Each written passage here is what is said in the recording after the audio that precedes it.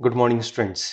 Name reaction की series में हम आज पढ़ेंगे रिफॉर्मेस्की रिएक्शन।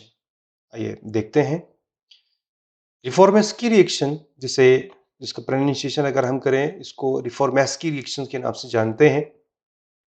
एक ऐसी ऑर्गेनिक रिएक्शंस है जिसमें कंडेंसेशन होता है एल्डिहाइड और कीटोन्स का अल्फा हेलो एस्टर के साथ, जिसमें मेटालिक जिंक यूज की जाती है और जो बीटा हाइड्रोक्सी एस्टर देता है।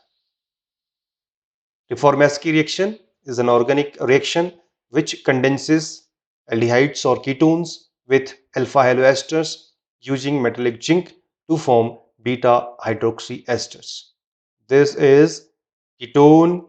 When this ketone will get attached with and condense with beta, especially alpha because the adjacent carbon of the functional group is known as alpha carbon, and this alpha carbon is attached with the halogen group, that is a bromine here. That's why it is known as alpha bromo or sometimes alpha haloesters in the presence of zinc, and zinc is treated as a metallic portion in this reaction. And there are formation of zinc enolate, और enolate के बाद product हमारे पास rearrange product जो रहता है water का treatment और acidic treatment के बाद हमें मिल जाता है बीटा हाइड्रोक्सी एस्टर। क्योंकि अल्फा और बीटा कार्बन पे OH ग्रुप जुड़ा हुआ है, इसलिए इसको बीटा हाइड्रोक्सी एस्टर्स के नाम से जानेंगे। नाउ इफ यू से कि जो ऑर्गेनोजिंक रिएजेंट है हमारे पास, ऑर्गेनोजिंक रिएजेंट मिला जिसको हम रिफॉर्मेस्की इनोलेट के नाम से जानते हैं, that is prepared by treating an alpha halo ester with zinc dust. तो जिंक जो डस्ट है उसके साथ इसकी रिएक्शन होगी, उसकी रिएक्शन के बाद हमें एक इनोलेट मिलेगा जिसको रिफॉर्मेस्की इनोलेट के नाम से जानते हैं, जो लेस रिएक्टिव है then lithium enolate and Grignard reagent. अगर ये हाईली रिएक्टिव होता तो it will behave like as a nucleophile. Nucleophilic addition में इससे ये रिएक्शन हो जाती है, लेकिन ये लेस रिएक्टिव है तो इसमें न्यूक्लियोफिलिक एस्टर ग्रुप में न्यूक्लियोफिलिक एडिशन नहीं हो पाती है। The reaction was discovered by Sergei Nikolaevich Reformatsky। इनके नाम से ही इसको Reformatsky रिएक्शन कहा जाता है। हम जानते हैं कि नेम रिएक्शन का मतलब जो जिन साइंटिस्ट के द्वारा इस प्रकार की केमिकल रिएक्शंस बनाई गई उनके नाम के आधार पर इनको नेम रिएक्शंस कहते हैं, और यहाँ पर रिफॉर्मेस्की नेम रिएक्शंस के नाम से जानते हैं जो बीटा हाइड्रोक्सी एस्टर के फॉर्मेशन के लिए रिस्पॉन्सिबल है। Now we will find out how this reaction proceeds further, कैसे हुआ इसको वन बाय वन समझते हैं। हमारे पास सबसे पहले है कि जो जिंक मेटल है हमारे सामने, वो zinc metal carbon halogen bond के बीच में इंसर्ट हो जाता है अल्फा हेलो एस्टर के साथ रिएक्शन करने पर। अल्फा हेलो एस्टर में जिंक कार्बन और एक्स के बीच में इंसर्ट हो गया, जिसको हम कहते हैं oxidative addition. This compound dimerizes and rearranges to form two zinc enolates। ये जो है डायमेराइजेशन हुआ, डायमेराइजेशन का मतलब है इसी तरीके के दो मॉलिक्यूल आपस में रीअरेंज होंगे, और रीअरेंजमेंट के बाद देखिए रिएक्शन में इस तरीके से रीअरेंजमेंट आ रहा है, और रीअरेंजमेंट हुआ तो दो जिंक इनोलेट बनाएंगे। हमारे पास ये पहला जिंक इनोलेट है। इस जिंक इनोलेट की रिएक्शन फर्दर कीटोन या जो एल्डिहाइड उसके साथ होगी।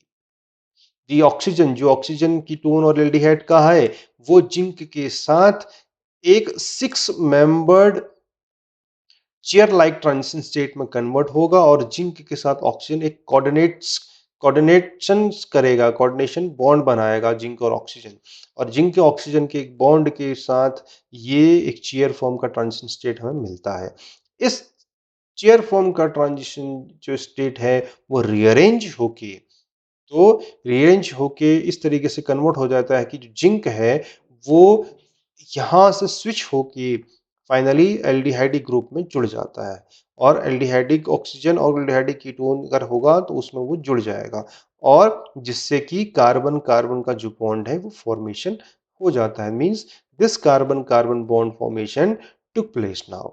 इससे पहले ये कार्बन कार्बन का बॉन्ड नहीं था। और यहाँ पर पांचवें और छठे नंबर की जो पोजीशन है उसमें क्या होगा, एसिडिक वर्कअप होगा, एसिडिक कंडीशंस में H पॉजिटिव आएगा और वो ऑक्सीजन के साथ जुड़ जाएगा, क्योंकि ऑक्सीजन पे ये न्यूट्रल न्यूक्लियोफाइल की तरह बिहेव करेगा। Neutral nucleophile will abstract the proton and electrophile here. तो ऑक्सीजन पे पॉजिटिव चार्ज आया, जिस क्योंकि हाइड्रोजन ऑक्सीजन के साथ जुड़ा हुआ है, पॉजिटिव चार्ज ऑक्सीजन पे है, क्योंकि अनस्टेबल कंडीशन रहेगी। उस अनस्टेबल कंडीशन में halogen group x negative zinc के साथ रिएक्ट करके जिंक का एक सॉल्ट बना के हमें एलिमिनेट हो जाएगा यहाँ पर, और इसके एलिमिनेशन के बाद हमारा एक फाइनल प्रोडक्ट मिलेगा, जिसको हमने नाम दिया बीटा हाइड्रोक्सी एस्टर। हमने बताया कि एस्टर के बीटा कार्बन में OH ग्रुप जुड़ा हुआ है, इसलिए इसको बीटा हाइड्रोक्सी एस्टर नाम दिया, क्योंकि एस्टर फॉर्मेशन हो रही है और एस्टर ग्रुप इनिशियल स्टेज से हमारे पास था। तो जिंक का काम क्या रहा? जिंक ने इस कार्बन कार्बन बॉन्ड को फॉर्म करने के लिए एक इंपॉर्टेंट रोल प्ले किया, क्योंकि जिंक इनोलेट का फॉर्मेशन होने के बाद ये इनोलेट फर्दर एक कोऑर्डिनेट्स कीटोनिक कोऑर्डिनेट्स के साथ रिएक्शन करके 6 मेंबर्ड जो चेयर को फॉर्मेशन है ट्रांजिशन स्टेट की, उसको बनाया। रीअरेंजमेंट इसके अंदर हुए और उस रीअरेंजमेंट के बाद एसिडिक वर्कआउट हुआ, एसिडिक वर्कअप हुआ, एसिड कंडीशन में ये रिएक्शन हुई और एसिडिक कंडीशन में फाइनली जिंक का एक सॉल्ट एलिमिनेट हो गया, रिमूव हो गया और हमें प्रोडक्ट मिल गया beta hydroxy ester. This is फॉर्मेस की reaction. Now we can see the variation of in this reaction. There is a variation, and this variation is involved in iodolactam, which is coupled with aldehyde or triethylborane in toluene, and the temperature is taken -78 degrees centigrade. And here is the reaction.